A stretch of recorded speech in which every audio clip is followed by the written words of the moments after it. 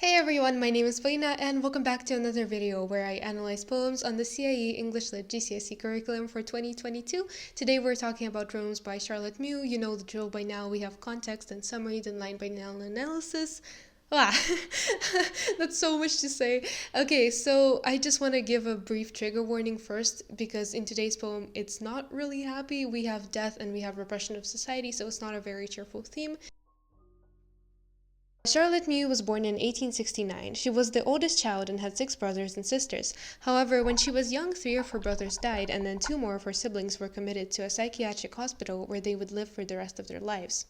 Charlotte and her remaining sister both chose not to have children because they thought that they would pass on like mental health problems and just general health issues. That's a lot of traumatic memories for a child, and so her poems often have these themes of disillusionment. So she has this story Past, which is basically about a woman who has a nervous breakdown after seeing a person who was involved in a traumatic memory of hers. Mew gained a lot of attention from her poetry, and she was popular in literary circles, especially because of her fashion. It was quite unique for the time. She liked to wear men's suits, practically unheard of in the Victorian times, which is why for today I chose a suit. So Mew liked women, and Penelope Fitzgerald wrote in Mew's biography about Mew's attraction to another young woman. It seems Mew had several women that she liked, but they didn't like her back. Especially after her collection called The Farmer's Bride, Charlotte Mew received a lot of praise from famous writers like Thomas Hardy and Virginia Woolf, and these writers fought for her to receive money from the government, seeing as Mew's family had a lot of financial difficulties at the time. They were actually kicked out of the house, and Anne, Charlotte's sister,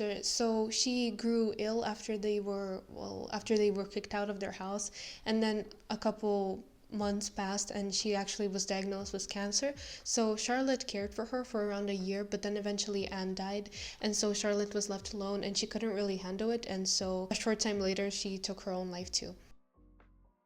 The rooms described in this poem are stifling and sad. Considering the poet's biography, I think it's no wonder that for Charlotte Mew, rooms are places where things died.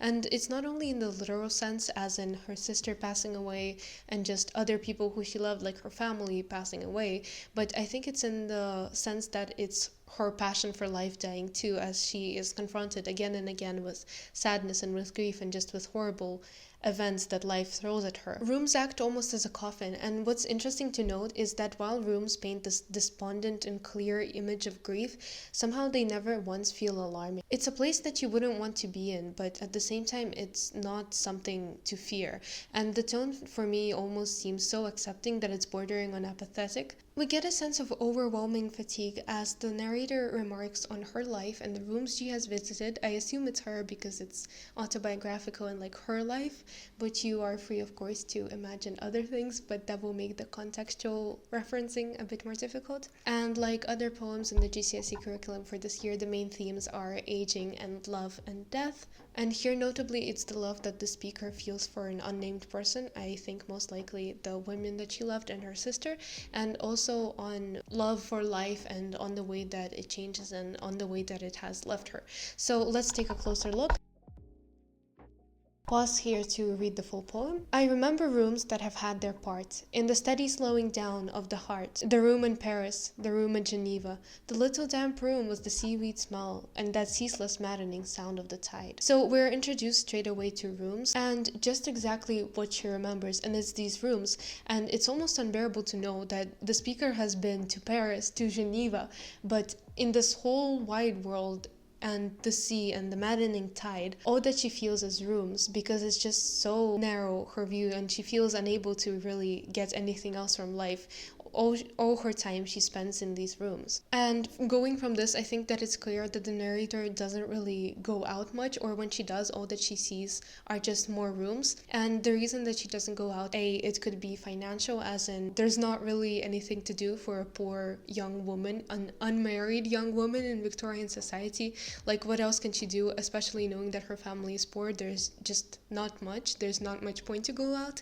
And the second reason, it could be more that she's is unwilling to go out because, as we'll get to later, this is a scene of emotional disaster. I will come back to this. And going back to rooms as a metaphor for coffins, I think it also points to the fact that, like, if you view this life and the life that you live in rooms as coffins, no matter where you go, death will be the same. Rooms that have had their part in the steady slowing down of the heart.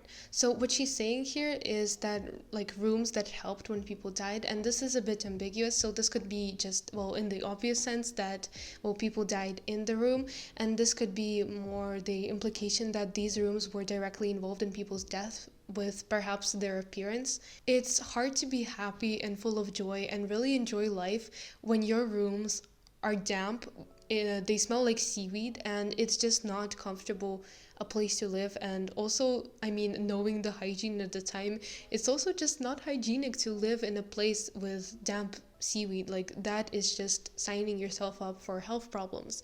And sadly, that is the situation for many people who can't afford something better, like her family, who were literally just kicked out of their house.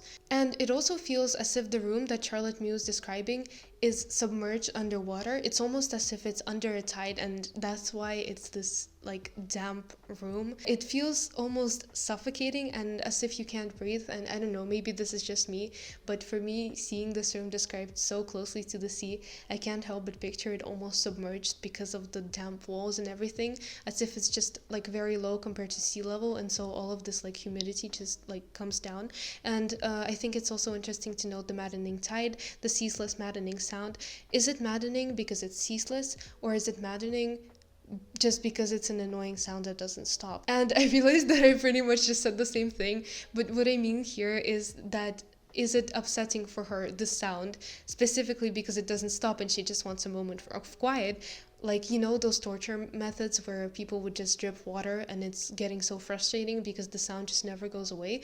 Or is it ceaseless because she's just jealous of the sea and the way that the sea is this like powerful entity of nature that can go on and have these waves and everything? Also because the sea is like eternal, so it never really stops hitting these waves, whereas her life and the life of her loved one stops. So this is what I mean when I say, in what sort of sense is ceaseless? Why is it maddening for her? The sea never stops for anything, and it's this vast and unlimited space. And isn't that what Charlotte Mew essentially wants? She wants this space and the time and just the allowance to be completely free. The sea, it doesn't die and doesn't suffer. I mean, maybe it does suffer, but like not in the sense that Mew feels that she does, because it doesn't encounter all of this human suffering. And this is why I think that Mew's jealous, because the sea never had to deal with the grief of having all your brothers and sisters pretty much die. Onto a little bit of the technical aspects. So we have part and heart, they rhyme, and the next two lines don't. And we also have alliteration in I remember rooms, and we also have steady slowing. Okay, so the diction in the first stanza is very interesting, with the R's and the S and the sounds alternating. The sibilants and the S sounds, that's basically just means that it makes the room feel very soft and slithering, and it's almost as if the air is going out of it. So it's just like the sound as the air completely disappears, as the room manages to become even smaller somehow. So we have those frustrated R sounds in remembering rooms, but most notably we also have the M and the N sounds, and this makes the poem sound slightly kind of nasal. It really sharpens the sound. And separately, these sounds, they would just be something random. It's not really precisely with the theme of the poem or anything, but when you put them together, just with the nature of the poem, because they contradict each other in a way, and they also highlight each other in a way, they're not exactly like aesthetically pleasing sounds. They make the poem even sharper, and they ensure that every line somehow feels just a little bit painful. And it's not that they're particularly unpleasant, but it's just that they sound unique. And we also have the slightly inconsistent rhyme too. We have the two words that don't rhyme, but then everything else alternates through ABAB. And we also have what's called aspirant H sounds, heart and had, because the room and her capacity for taking pleasure from life, it's just continuously becoming smaller. And I also want to mention the punctuation. So we have several caesures in the form of commas and only one full stop after heart, which of course seems like the end, as in the heart was steadily slowing down and then suddenly it's just over. But then the poem continues, and it seems that the poet is just recapping what she views as her personal failures. And so when it continues, it's like even after death, in a way, even after she's on the verge of dying with her heart slowing down, it seems that this will just not leave her alone. And so going back to what I said before, she went to Paris to ask out a woman that she loved, and she got rejected. And then, well, she got the courage to do it again, and she went to Geneva, but it was the same story. And so, of course, these rejections, well, they affected Charlotte Mew because, I mean, as a lesbian woman in society, I'm pretty sure you already feel alone, especially in Victorian times. And then just to love these women and to have them reject her, feels like she's just rejected all around and by life. And so this is a scene of emotional disaster for her, and revisiting it after her heart just slowing down, you can just feel that the pain just always and always continues. And back to the meaning, it's also important to mention the contrast that Mew does, in particular the contrast between like nature, how we have the sea and then this damp room as a sort of imitation, and we also have the social world. So we have this like outside, and we have this stifling inside, and it's something that she comes back to, these rooms in Paris alone, and it makes her feel all the more bitter because she thought she would be coming here with her love and they can sit together and they can love together and be happy together, but she got rejected. So these sad rooms just become even sadder. Rooms where for good or for ill things died. But there is the room where we too lie dead, though every morning we seem to wake and might as well just seem to sleep again, might just as well seem to sleep again, as we shall somewhere in the other quieter, dustier bed, out there in the sun, in the rain. Okay, so first of all, I don't know why, but different versions like show up on different websites of the poem, and so sometimes the poem is split into 2 stanzas and sometimes it's split into 1. And I mean, traditionally a dizaine, which is this poem structure, it's a poem containing 10 lines.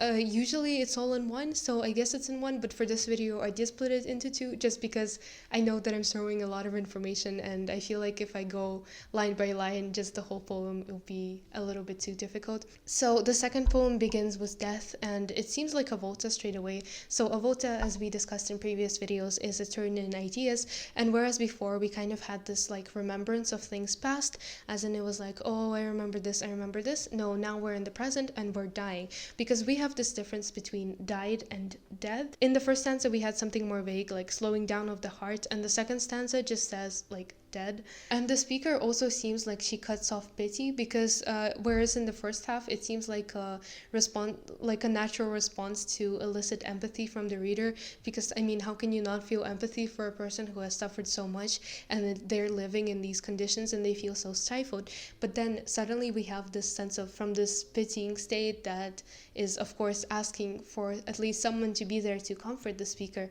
to this apathy and just complete absence of desire to talk about this, because it's for good or for ill things died. It's just a statement, it's matter of fact, well, this is what it is. It's almost as if the speaker is coming up to us, the reader, who's basically on the brink of tears, just like crying and being upset about the life that the poor speaker leads, and then going, calm down, for good or for ill, this happened and things died. And back to those 2 words that I said didn't rhyme. I know I'm jumping back a lot, but there's just a lot here, even though the poem itself is quite short. So the 2 words that didn't rhyme, we have Geneva, perhaps because it was too painful for the speaker to continue on with reliving the experience, because she mentioned Paris, where she was rejected, and then Geneva, where she was rejected again. So I mean, how long can this go on for? And so that's why she doesn't really link it back to the entire poem. There's no rhyme, it just stops and transitions onto the next part. And there's also smell, and I think it's also to make sure that the smell sticks out in the poem too, how this seaweed, reeky, like decaying, dead smell permeates every aspect. In the whole poem, also the last words are stressed, so again and again the ending is highlighted, but back to the meaning a little bit. So we have things died. When you say things died, you can't help but ask what things died. And now when you say things, it's just sort of more universal, like, oh, this thing happened. And so because it's universal, I mean, of course we have love died, but we also have like hope and optimism and just faith in the world, things all around that died. And also drawing back your attention to the words dead and died, as in we too lie dead. So died is a verb before things died. It's in the past tense, whereas dead is an adjective and it's used to describe the present. So although technically them two, so I guess it's her and her sister, although they're alive, they're sort of not really alive. So every morning they wake up, but they don't really accomplish anything, so they might as well be sleeping. We seem to wake almost as if them living life is itself an illusion, because they know that they're just existing and wandering around in this state that's like not quite dead but would rather be dead by this point. And the quieter, dustier bed, so that's a coffin, and out there in the sun, in the rain, I would just like to highlight again that it's finally in the open. So ironically, the actual coffin and death is freer than the life that she lives, and that's just a very sad message. But it also seems like a sort of relief, because dustier evokes these images of something being untouched. So it seems that finally Charlotte will be in peace because she will be untouched by life. Also, seem to wake and seem to sleep. Here we have lines blurring between, well, actually going out and committing to life and just sleeping and not really being actively involved. And we also have the same lines blurring between like nature and outside, and between freedom and death. And it seems that being free but dead is preferable to being confined and alive. We have lots of W and L sounds, which combine perfectly to make a lethargic atmosphere. And going back to the structure of the poem as a whole, as I said before, it's 10 lines, the design structure, but I would also like to look at the lines individually. It seems like lines are going backward and forward. Line 3 is just like a tiny bit shorter, and so is line 7, but line 8 is breaking out of the box completely, which would be happy, but it seems like an escape that ultimately results in the speaker still being there, and the escape to sweet death and to sweet release is only happening in her head. And well, throughout the poem there's a steady tetrameter, so in most of the lines there are 4 stressed beats, but towards the end, like out there in the sun and the rain, this breaks down. Something to mention in the personal response, whether you think that this is a kind of freedom, and this is just such a despairing thing to think about, that for a Victorian lesbian woman in society, that's just not an enviable position to be in.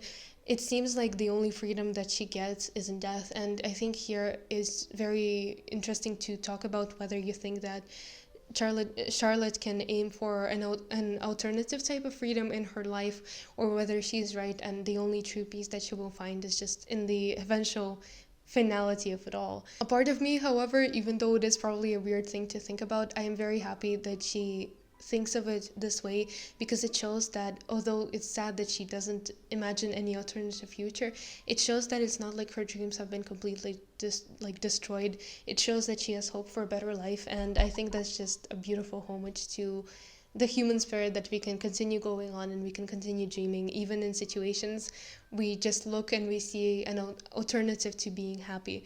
But it's definitely like one of those poems in the GCSE curriculum that affected me the most. So it was a short poem today, and also one of the final 5 that I wanted to get done in January. I will of course keep uploading study guides, so do subscribe to make sure you don't miss any, but I will also be going back to my usual bookish content. I am already working on a reading like video.